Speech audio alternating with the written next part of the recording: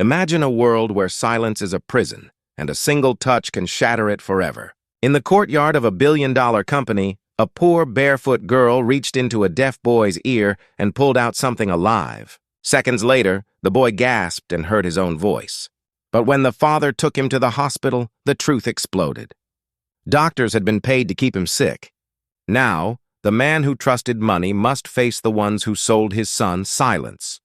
Before we dive in, let us know in the comments, what time is it and where are you watching from? Let's start. The courtyard of Caldwell Innovations was built to intimidate. Polished marble, steel statues, and a fountain spraying water higher than the street lamps. Employees passed by in suits, whispering about the man who owned it all. Ethan Caldwell, millionaire tech tycoon, walked fast, with his phone pressed to his ear. His other hand gripped the shoulder of his 10-year-old son, Noah. Noah's eyes were sharp but silent. He hadn't heard a sound since he was 2. Years of specialists, experimental treatments, and sound therapy had drained millions. Yet, the boy's world remained wordless. "Sit here," Ethan muttered, pointing to a bench near the fountain. He didn't even bother signing properly. He assumed Noah would understand somehow. The boy lowered himself quietly, hands folded, watching his father stride off toward the glass doors, already yelling at someone on the phone. That's when she appeared. Maya, thin, barefoot, clothes hanging from her like rags, carrying a tray of carved trinkets and wilted flowers she tried to sell on the street. Security usually chased her away, but today she slipped through the side gate. She stopped when she saw Noah. Their eyes met. Noah looked at her the way a caged bird might look at one flying free. Curious, wary, almost hungry. She raised her hand slowly, fingers moving clumsily. "Hello." His eyes widened. Few strangers ever bothered with signs. "You know this?" His fingers asked, stiff and fast. "Not much," she signed, stumbling on some shapes. "But enough. My brother couldn't speak." Second hook. What happens when a stranger sees what experts ignored? Something softened in Noah's chest. For once, he wasn't alone in the silence. He gestured back. "I'm Noah." "Maya," she smiled. She sat beside him, ignoring the weary glances of passing employees. "Why are you alone?" He shrugged. "Always am." The boy rubbed his ear suddenly, wincing. Maya noticed. "Does it hurt?" Noah shook his head, then signed. "Itches inside, always has. Doctors never fix." Her brows pulled together. She leaned closer, squinting. "Hold still." He flinched. "What are you doing?" "Just trust me." Her voice was low, sharp. "There's something in there." He froze, suspicious. Everyone said nothing was wrong. Every doctor in the city had scanned, poked, prescribed. His father told him it was nerves impossible to fix. But Maya's eyes didn't look like pity. They looked like certainty. "Won't hurt," she promised. Slowly, reluctantly, Noah tilted his head. Her fingers, small but steady, slid into his ear. He gasped at the pressure. "Stop!" he muttered instinctively, though he couldn't even hear his own voice. "Almost," she whispered. Her face tightened. Then suddenly she pulled her hand back. Between her fingers writhed a blackened husk, brittle yet still alive enough to twitch. Noah's body jolted. His chest tightened. Then a sound struck him. A honk. A car outside the gate. Loud, sharp, terrifyingly real. He clapped his hands over his ears, eyes wide with shock. "What was that?" he stammered, his voice broken, rasping like rust. Maya's heart pounded. He had spoken. She gripped his shoulders. "You heard it." "You heard it." His lips trembled. Tears spilled down his cheeks. For years, silence had been his prison. And now, one sound crashed into him like a storm. Ethan's voice cut across the courtyard. "What the hell is going on here?" He marched forward, phone still in his hand, fury in his eyes. He saw the filthy girl's fingers near his son's ear, the boy gasping, stammering like a drunk. "Get away from him!"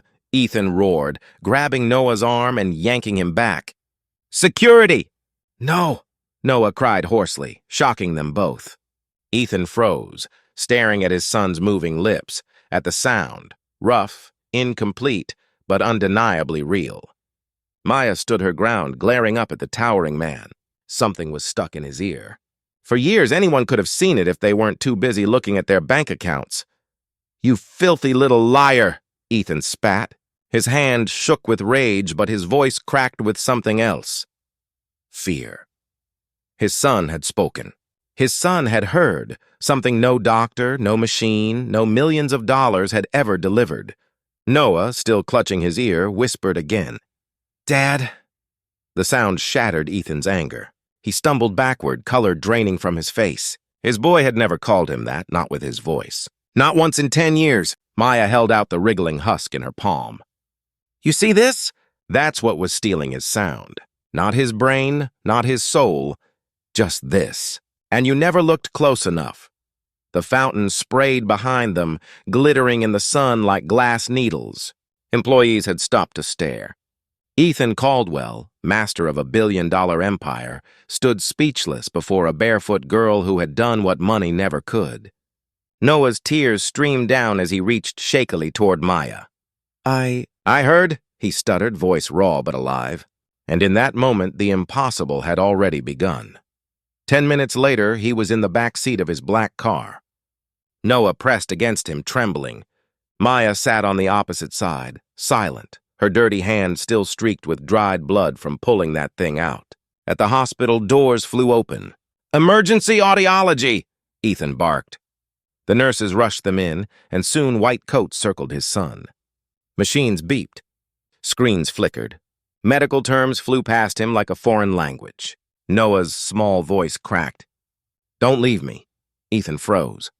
His throat burned. "I'm here, son." "I'm not leaving." Hours dragged.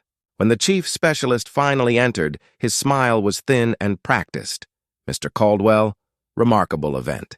Your son's scans show residual blockage removed from the ear canal. Temporary recovery is possible?" Ethan slammed his palms on the table. "Temporary? You're telling me a girl on the street did what you people couldn't in 8 years?" The doctor adjusted his glasses. "We followed standard protocol." "Protocol?" Ethan's voice rose. "You charge me a fortune for machines, therapies, surgeries."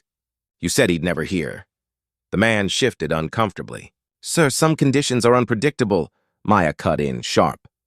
"You didn't look. You didn't want to. You saw his father's name in the price list, not the boy." Ethan turned toward her, anger fighting guilt. "You don't talk to me like that." She didn't flinch, then talked to him. She pointed at Noah, who sat clutching the hospital blanket, whispering to himself, amazed by every faint sound, the ticking clock, the hum of lights, his own shaky breath. The chief doctor sighed. "Mr. Caldwell, if you'll calm down, I'll show you something." He slid a folder across the table. Inside were notes signed by previous specialists, all stating neurological loss confirmed. Ethan read the last page and felt his blood turn cold. A memo. Caldwell account approved for long-term therapy extension. Maintain diagnosis to preserve funding. He looked up slowly. "You kept him sick." "Sir, it's not as simple as that." "It's exactly that," Ethan growled. He ripped the paper in half, voice breaking. "You monsters turned my son into a paycheck." Security rushed in at the noise, but he waved them off. "Get out, all of you." He sat beside Noah, trembling. "I'm sorry, kiddo. I let them fool me." Noah touched his father's sleeve. "Not your fault." Ethan shook his head hard. "No, it is my fault. I trusted people who saw numbers instead of you." Maya leaned on the doorway, eyes tired but fierce. "Now you know what it feels like when money makes people deaf." He glanced at her, defeated. "You're just a child. Why do you talk like you've lived 100 years?" She shrugged. "Because on the streets you hear everything no one else listens to." Later that night, the three of them stood outside under the harsh hospital lights. Ethan's suit was wrinkled, his hands shaking. "They'll pay for this," he muttered. Maya folded her arms. "You can't buy justice, Mr. Caldwell. You have to fight for it." He looked down at her bare feet. "Why did you help him?" "Because no one helped my brother," she said simply. "He went deaf from an infection. The clinic didn't care because we couldn't pay." Ethan's chest tightened. The truth was heavier than guilt. "It was responsibility. Then help me make it right," he said. "Not with money." "With truth." Maya nodded once. "Start by listening to him." He turned to Noah, who was staring up at the city lights, listening to every sound like it was music. Hey, Ethan whispered, his voice unsteady. What do you hear? Noah smiled faintly. Everything. Ethan knelt, pulling his son close. Then you'll never have to hear silence again. Not while I'm still breathing. Maya stepped back into the night, her small figure fading toward the street.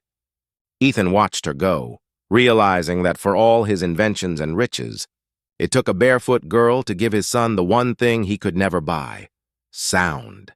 He looked at the hospital sign glowing above him, fists tightening. They silenced you for profit, he murmured. I'll tear every one of them down.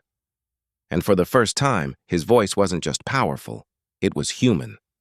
Should the father forgive or fight back against the system that bought his son silence? Comment your thoughts below. And don't forget to like, share, and subscribe to Whisper Fable for more true-to-life stories that make you feel.